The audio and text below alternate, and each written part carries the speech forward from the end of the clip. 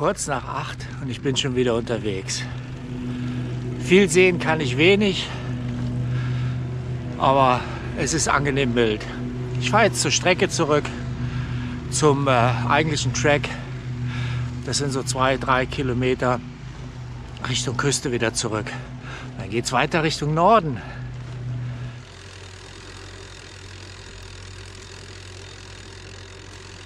Es sind somit die schönsten Momente auf Radtour.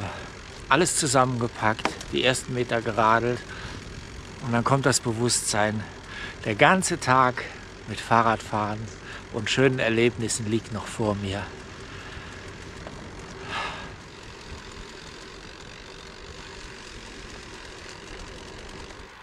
Und schon habe ich meine Route wieder nach 3,5 Kilometern.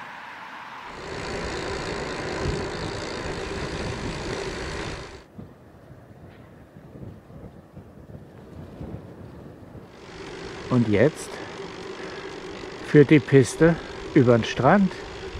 Da freue ich mich schon die ganze Zeit drauf.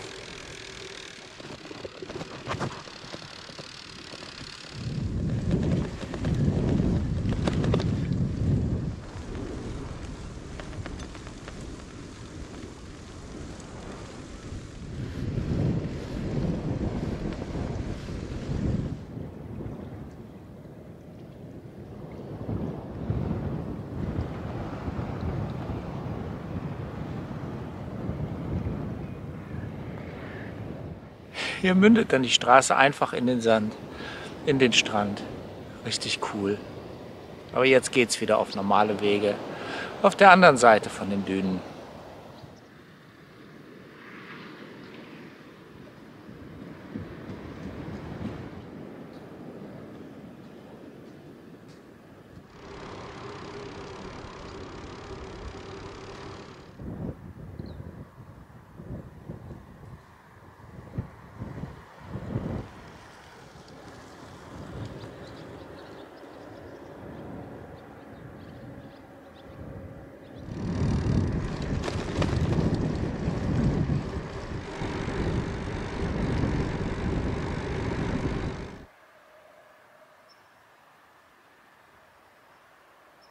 Eine schöne Kirche mitten in der Landschaft. Ich möchte eh was essen. Da hocke ich mich hier auf die Mauer.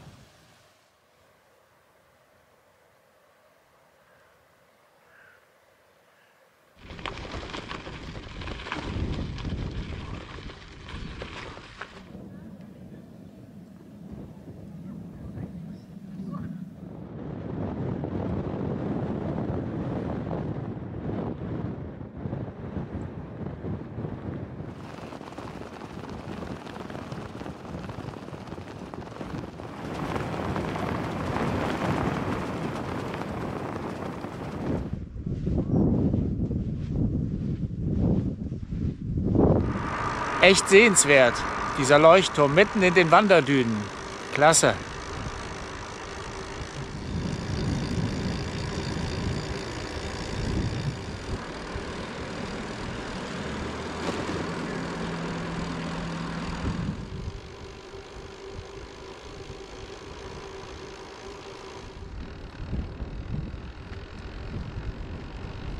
Sobald man ein bisschen von der Küste wegkommt, so im Inland, dann wird es deutlich hügeliger.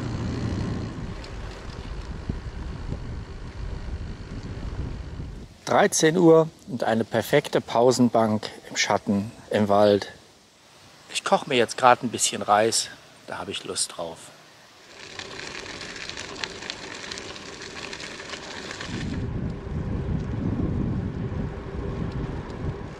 Ich komme jetzt nach Hirtshals.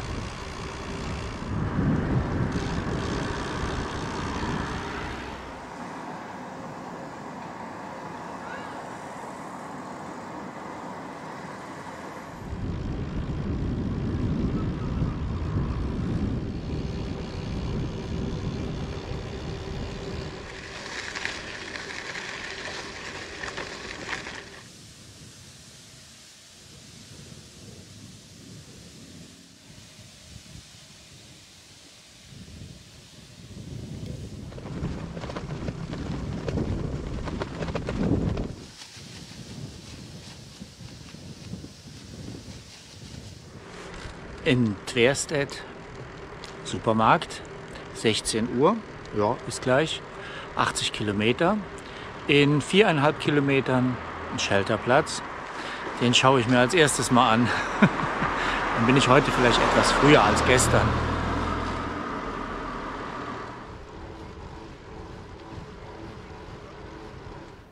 Leute, ich habe einen Shelterplatz gefunden und der ist klasse. Ist zuerst 16 Uhr, 85 Kilometer. Da hätte man normal weiterfahren können. Aber nach der Erfahrung von gestern nehme ich das hier auf jeden Fall. Das ist bei einer historischen Windmühle. Also das sieht allein schon irre aus. Ich hole es euch gleich mal mit der Kamera ran. Das ist ein altes, redgedecktes Haus mit einer kleinen Windmühle in der Mitte auf dem Dach. Und das Beste ist, da drin ist Toilette und Wasserzapfstelle. Ich war da auch schon meinen Sack voll machen und alle Wasservorräte auffüllen, weil das ist gut 200 Meter von hier entfernt. Ich lasse nicht so gern das Fahrrad hier alleine stehen. Vielleicht zeige ich euch morgen nochmal Nahaufnahmen, wenn ich bei der Abfahrt hinfahre und nochmal alle Flaschen voll mache. Aber ich hole es mal mit dem Zoom gleich ran. Aber der Platz hier ist einfach genial. Schön. Wie immer habe ich mich als erstes gewaschen. Da hinten hängt mein Duschsack noch am Baum. Solange kein anderer da ist, kann ich das ohne Probleme ganz schnell machen. Einfach Klamotten runter, duschen oder waschen, Klamotten wieder an und gut ist. Jetzt gleich werde ich was essen und werde mich erstmal irgendwie einrichten hier und werde mir einen gemütlichen Abend machen hier.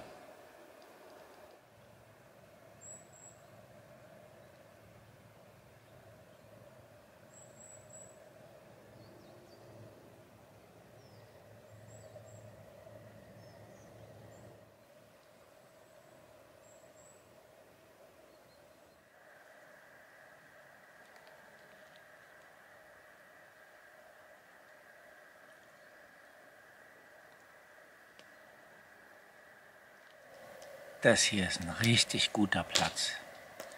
Ich habe es mir hier ordentlich gemütlich gemacht mit der Mühle da vorne. Das ist richtig romantisch. Und dann Feuer habe ich mir auch noch angemacht. Da gucke ich ein bisschen in die Flammen. Das ist wunderbar. Gegessen habe ich ein Bierchen mit ein paar Nüssen jetzt noch zum Abschluss. Eben kamen noch 2 Backpacker, die nehmen den Shelter nebenan. Aber da sind mal gut 40, 50 Meter dazwischen. Mal gucken, ob wir uns nachher noch kurz unterhalten. Aber insgesamt war ein schöner Tag. Nur 85 Kilometer. Aber die waren zum Genießen, die waren ganz gut. Nach den vielen Kilometern der letzten beiden Tage war das auch ganz richtig so jetzt. Und ja, heute Morgen direkt das Fahren über den Strand. Genial. Und dann dieser Leuchtturm, der da von dieser Wanderdüne mal verschluckt und wieder freigegeben wurde, an dieser Klippe, tolle Aussicht. Hat sich gelohnt, da den Fußmarsch vom Parkplatz da hoch. Ist ein bisschen Strecke, aber ja, hat sich gelohnt. Ja, und dann die Fahrt hier rüber. Das Wetter war heute auch nicht mehr so drückend wie die letzten Tage. Ja, insgesamt hat alles gepasst. Morgen, denke ich, werde ich gegen Mittag oben in Skagen an der Nordspitze sein. Da freue ich mich natürlich drauf. Von da aus geht es dann ein bisschen den Ostküstenradweg, den Ostseeradweg bis nach Frederikshafen und dann werde ich den Heerweg, den Ochsenweg, ist auch eine ausgewiesene Radroute, quer durchs Land, mitten durchs Land nehmen. Ja. Das sind jetzt nochmal 500 Kilometer. Bei 600 und irgendwas bin ich jetzt. Also Halbzeit ist gerade rum. Ich genieße jetzt noch den schönen Abend am Lagerfeuer und sage, macht's gut. Bis morgen.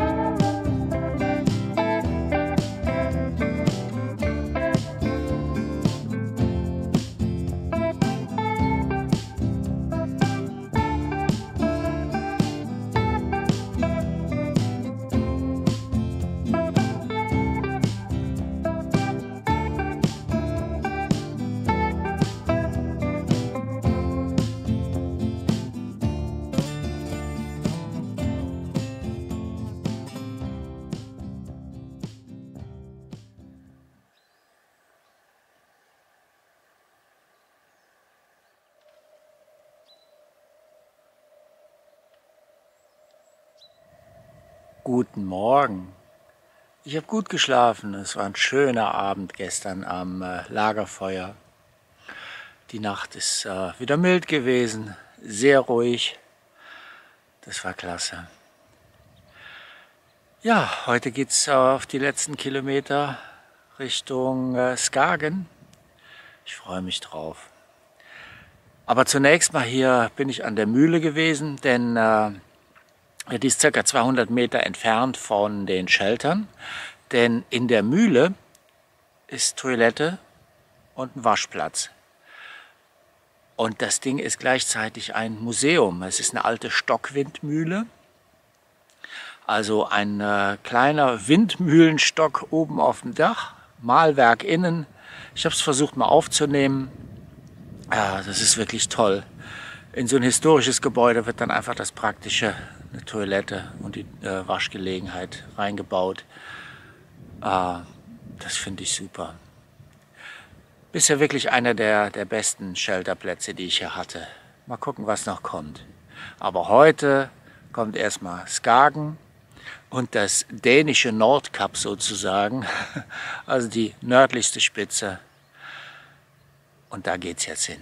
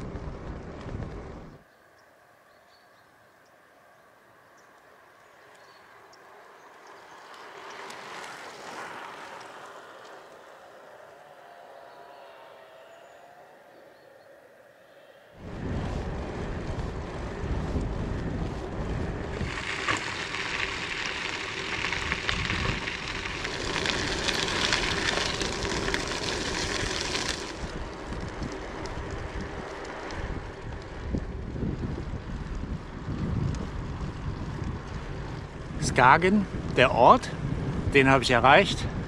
Jetzt geht's raus zur Nordspitze.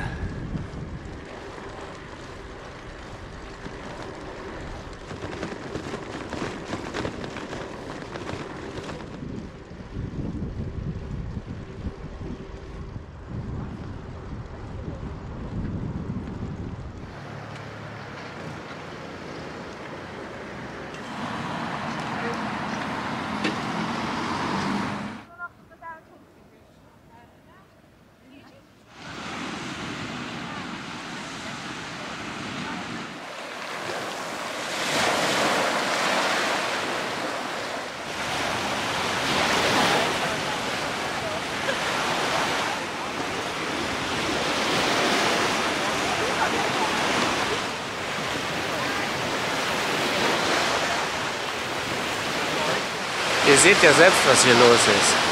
Samstagmittag, 11 Uhr, Sonnenschein. Richtig viel.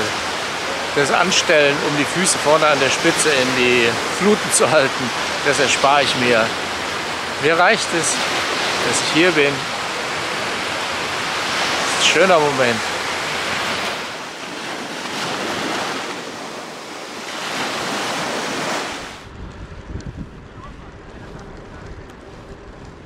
Ein schönes Gefühl, diesen Punkt erreicht zu haben. Und jetzt geht es etwas gelassener Richtung Süden. Erstmal wieder zurück nach Skagen, zu dem Ort. Dann ein Stück den gleichen Weg zurück. Dann folge ich bis Frederikshavn dem Ostsee-Küstenradweg. Und dann beginnt dort der Heerweg. Dem folge ich durchs Inland von Jütland wieder bis an die Grenze.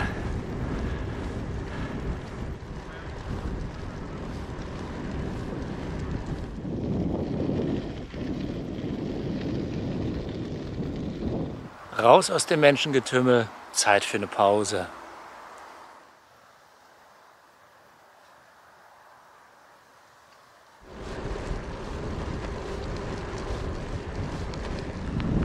Bis jetzt war ich den Weg von Skagen aus genau zurückgefahren, den ich raufgefahren bin. Jetzt gerade hat sich die Route getrennt in Richtung Ostseeküste bis Frederikshavn.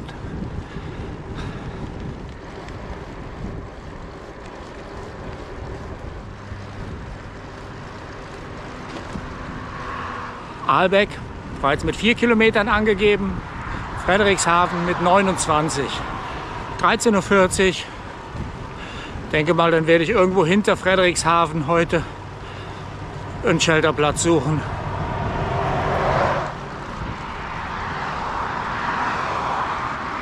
Aalbeck und ein Supermarkt, ein Spar direkt vor mir auf dem Weg. Aus Aalbeck war ich schnell wieder raus. Und ja, jetzt bin ich versorgt für den Tag. Sogar Spiritus habe ich in einer kleinen Dosis, in einer kleinen Flasche bekommen. Ich habe viel gekocht oder viel Wasser heiß gemacht in den letzten Tagen. Und da kommt es gerade recht, dass ich das so auch wieder auffüllen konnte. Irgendwie, es kommt, wenn man es braucht.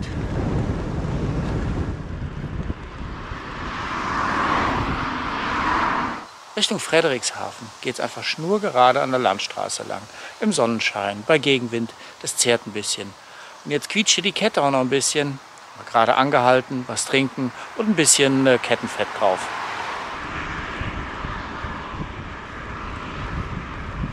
(15:30 Uhr), wieder mal Zeit für eine Pause und prompt kam ein schöner Platz im Schatten.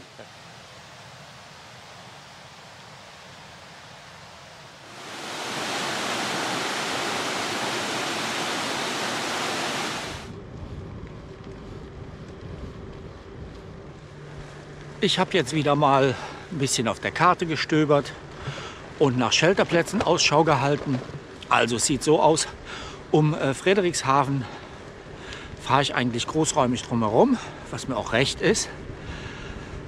Und dann habe ich einen schönen Shelterplatz gefunden, wo wohl 3 Hütten sind, Wasser und Toilette, der nicht gebucht werden kann oder muss, der ein bisschen inland liegt, also weg von der Küste.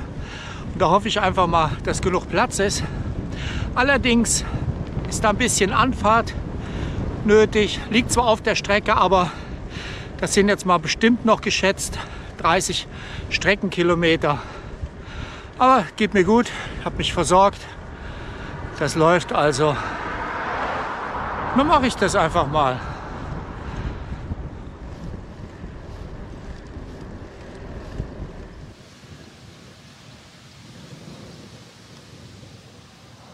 Bei einem historischen Hofgut kam ich an ein paar Shelterhütten vorbei und dachte, hier muss ja irgendwo eine Toilette sein. Und prompt, da hinten in einem der Gutsgebäude, ist eine öffentliche Toilette. Wunderbar. Wasservorräte habe ich dann direkt auch mal wieder aufgefüllt. Das da ganz weit vor mir dürfte dann der Hafen von Frederikshavn sein.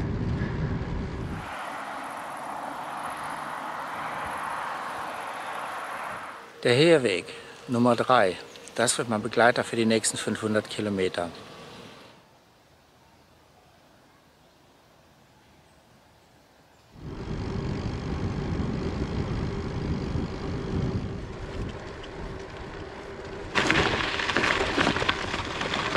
Jetzt wird es gerade wieder ein bisschen rauer von der Oberfläche, aber das ging hier erst durch so ein Bachtal und immer wieder rauf und runter. Sehr hügelig die Landschaft hier. Oh, das ist toll. Das hatte ich natürlich an der Nordseeküste weniger.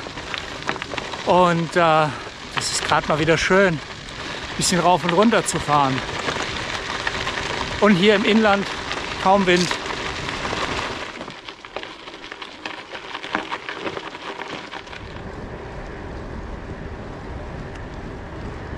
Oosterwee, 18 Kilometer. Da ist der Shelterplatz, den ich mir ausgeguckt habe. 17 Uhr, ganz genau. Also vielleicht könnte ich zwischen 18 und 18:30 Uhr da sein, wenn nicht mehr zu viele von solchen Schotterpassagen kommen. Sonst wird es ein bisschen später.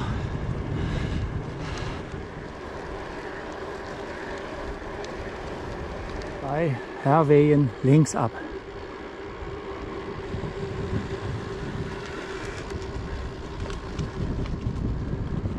Und wieder rauf. Danach geht es übrigens wieder runter.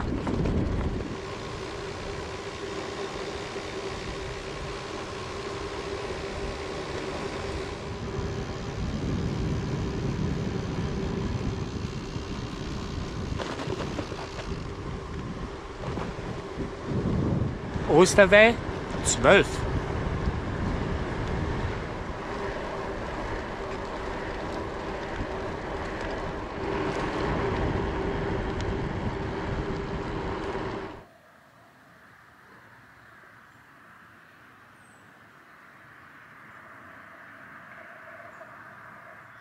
Es war absolut richtig, so lange zu fahren und hier den Platz zu wählen. Keiner da, aber der Platz sieht mir bisher am gepflegtesten aus. Da hinten das Toilettenhäuschen, ein Wasserhahn. Ich werde als nächstes mal probieren, ob alles funktioniert. Es ist keiner da. Milder Abend, Samstagabend. Ich habe genug zu essen.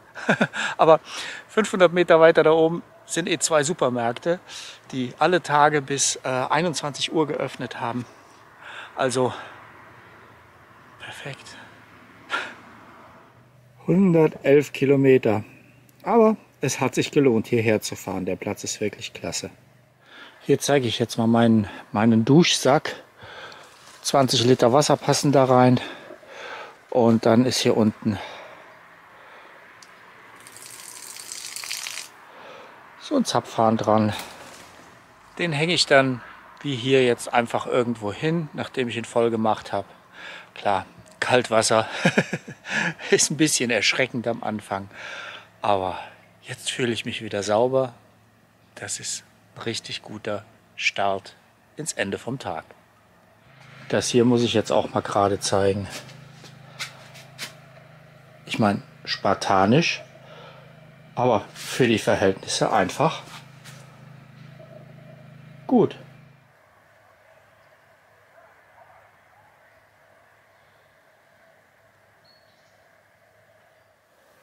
Jetzt habe ich eben mit meiner Frau telefoniert und wir haben geredet und geredet.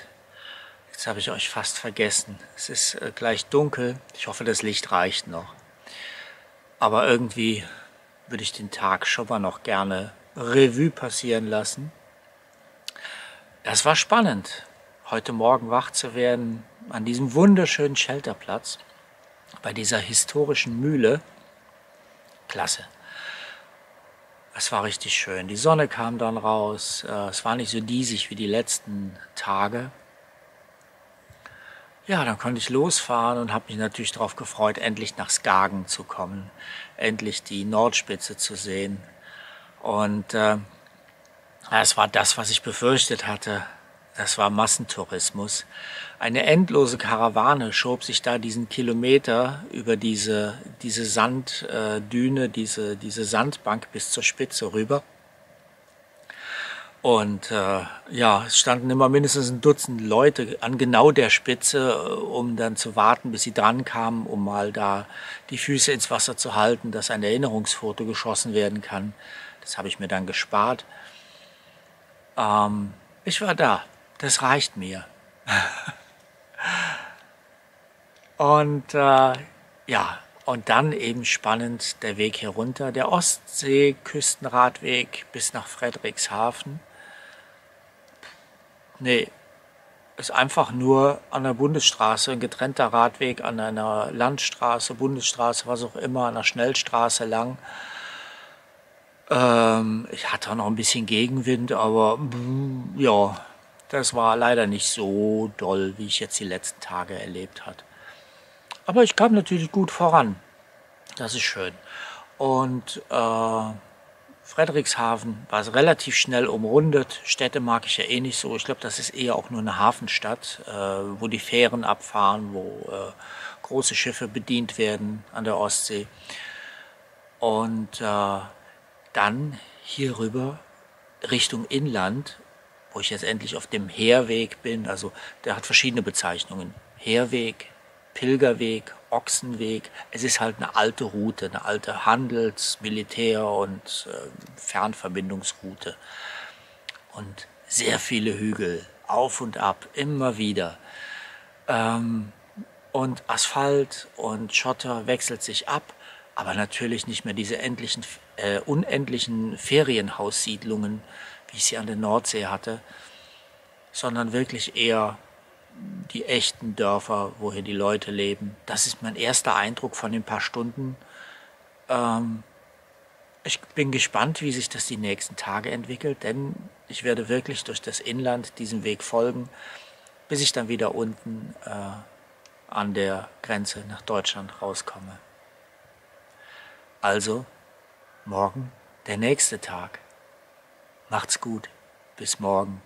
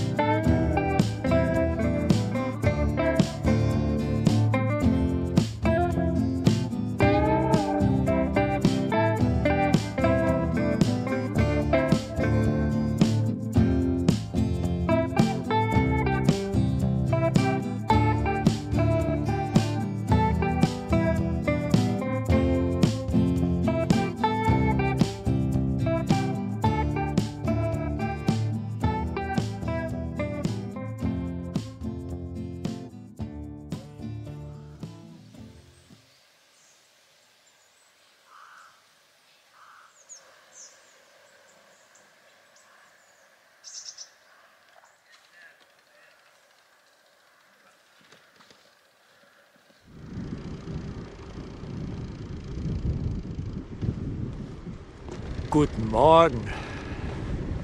Ich verlasse jetzt Osterfrä. Es ist 8:30 Uhr ungefähr. Ja, sowas in dem Dreh. Ich habe sehr gut geschlafen und war angenehm. Ja, toller Shelterplatz. Kann ich nicht anders sagen. Ja, auf in den nächsten Tag auf dem Heerweg Richtung Süden. Heute werde ich wahrscheinlich Aalborg passieren, wenn nicht was passiert. Und dann schauen, wo es mich weiterhin treibt. Im Moment ist das Wetter ein bisschen diesig, windig, aber die Luft ist noch mild.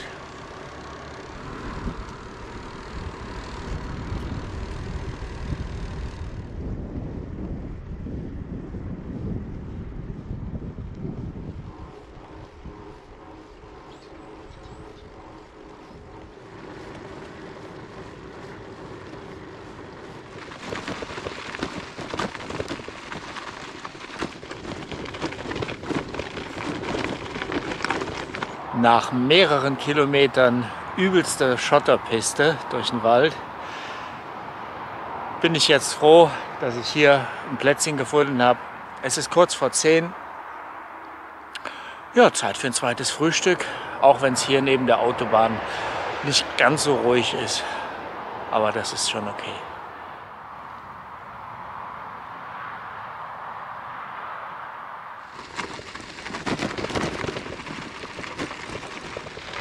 Das mit dem Schotter, das geht übrigens gleich weiter.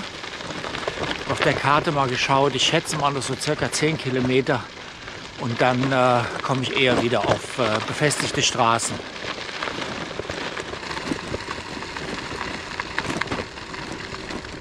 Mitten im Wald hat es hier tiefen Sandboden und dann auch noch bergauf. Da musste ich schieben und da ging mit Fahren gar nichts mehr. Also die paar Kilometer, die es hier noch durch den Wald geht, Richtung Aalborg, die haben es in sich.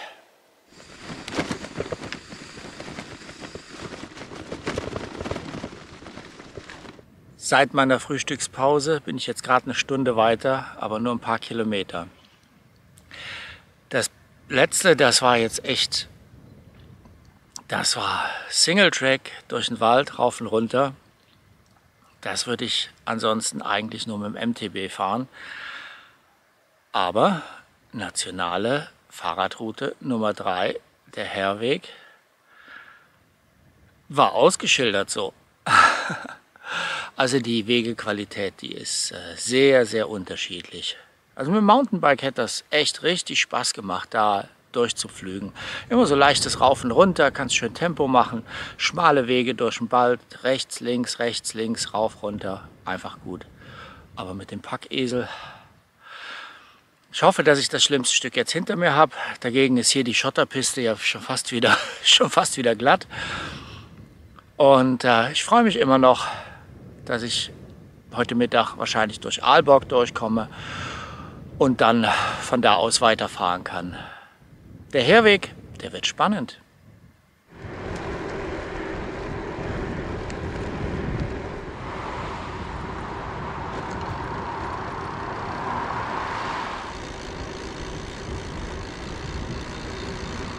Ich habe wieder die Gelegenheit genutzt, bei einem Supermarkt am Weg mir einen frischen Salat und andere frische Sachen zu kaufen. Schon wieder so ein sandiges Stück hier, so eine sandige Hohlgasse. Musste ich schieben. Also es scheint so ein bisschen die Besonderheit zu sein der nationalen Radfernwege, dass solche Passagen auch immer mit eingearbeitet werden. Weil das wechselt sich so gleichmäßig ab mit schnellen Stücken an Landstraßen oder auf asphaltierten Wegen. Und dann hast du das Gefühl, du wirst extra irgendwo in den Wald geleitet, um sowas hier mit einzubauen.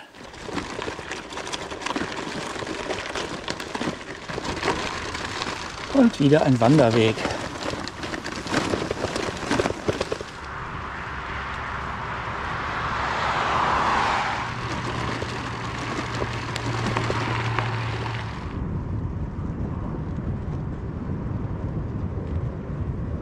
Nicht weiter fragen. Bisher sind solche Wege auch immer irgendwo rausgekommen. Und zum Beweis, hier rechts das Schild.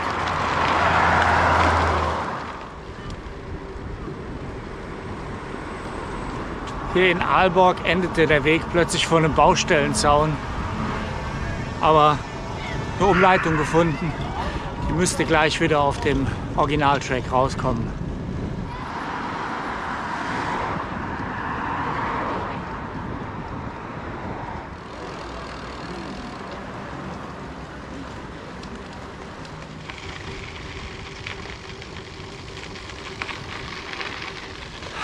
Aalborg habe ich geschafft. Das war natürlich wieder anstrengend. Eine Stadt. Sehr gute Radinfrastruktur. Aber du musst halt sehr schnell sein, sehr schnell reagieren, die richtigen Abzweige zu finden und die richtigen Wege zu finden. Naja, geschafft.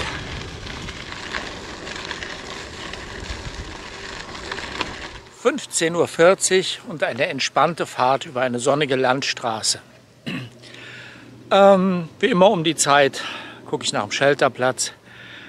Ich habe was Interessantes gefunden, was eigentlich sehr vielversprechend aussieht, mit ganz vielen Shelterhütten und einem Zeltplatz und Wasseranschluss. Luftlinie 16,4 Kilometer. Könnten also mal mindestens 20 Streckenkilometer, eher 25 Streckenkilometer sein. Sollte aber noch ganz gut machbar sein, wenn nicht solche Single-Tracks wie heute Morgen wieder kommen. Dann muss ich improvisieren.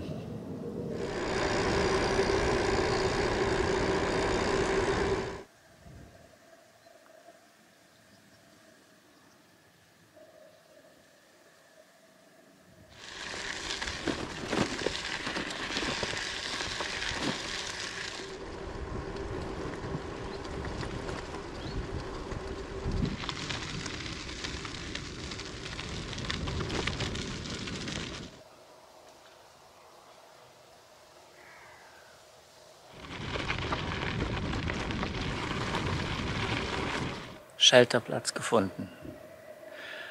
10 Hütten neben so einem Waldrestaurant. Und das scheint ein beliebtes Ausflugslokal zu sein. aber Sonntagabend, kurz vor 18 Uhr, alles reißt hier irgendwie ab. Und von den 10 Hütten ist eine belegt. Meine. Ja, alles gut. Beim Restaurant ist eine zugängliche Toilette mit Wasseranschluss, mit Waschplatz. Meinen Sack, meinen Duschsack habe ich mir wie immer voll gemacht. 20 Liter gehen da ungefähr rein. Und dann habe ich genug Wasser zum Duschen und für sonstige Dinge, waschen, Zähne putzen, sonst was alles. Und ich habe noch von dem Trinkwasser übrig, was ich in meinen großen Flaschen immer dabei habe. Ich habe immer viel zu viel dabei. Bin ich so von zu Hause gewohnt, aber hier kriegst du überall was. Heute zwischendurch am Sportplatz angehalten, Flasche voll gemacht. Irgendwo findest du immer einen Wasserhahn hier. Das ist einfach schön, angenehm hier zu radeln. Man muss sich um nichts Sorgen machen. Naja, jetzt bin ich erstmal angekommen. Ich denke, als erstes werde ich mich gleich mal wieder waschen, dass ich so aus dem Staub und Trott von heute rauskomme. Und dann mal ein bisschen über den Tag nachdenken. Der hatte es in sich, aber so richtig. Bis später.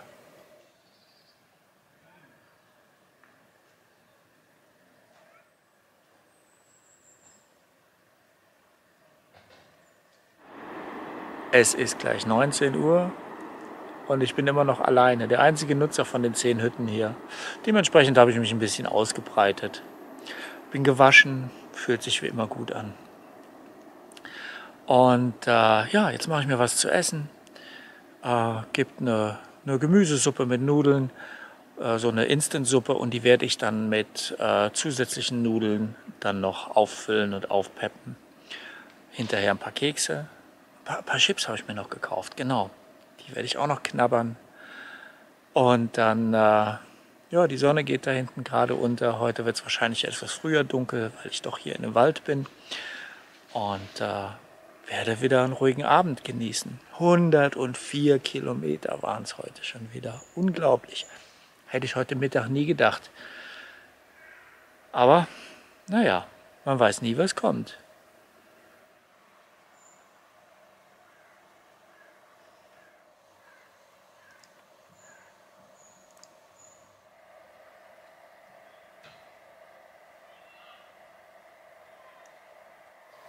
Und wieder mal schaffe ich es abends so rumzutrödeln, dass das Licht für die Kamera möglicherweise nicht mehr ganz ausreicht.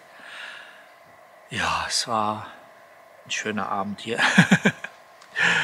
Ich habe einen dicken Topf mit Nudelsuppe gegessen. Das war mehr als ausreichend, damit zu viel gemacht. Aber auch gut. 104 Kilometer, habe ich ja eben schon gesagt, hätte ich niemals gedacht, dass es das heute noch werden. Heute Vormittag Schiebepassagen durch dichten Wald, Singletrack, rauf und runter. 900 und irgendwas Höhenmeter waren es übrigens, habe ich eben auf dem Tacho gesehen. Also ganz ordentlich. Es geht nie lange berghoch, aber es ging ständig rauf und runter. Und gerade nördlich von Aalborg heftig. Also da mit dem Reiserad durch, schon grenzwertig.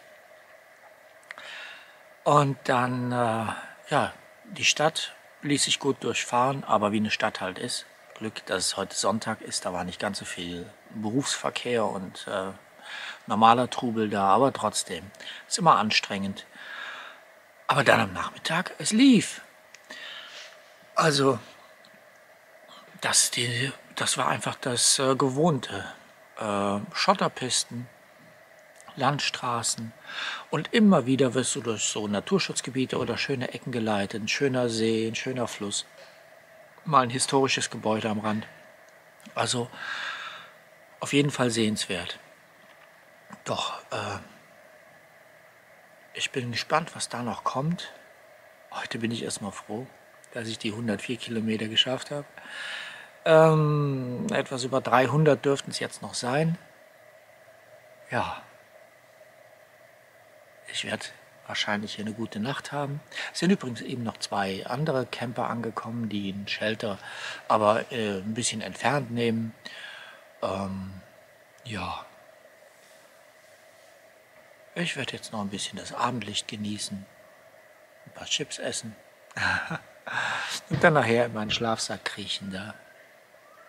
Also, bin gespannt auf morgen. Bis dann, macht's gut.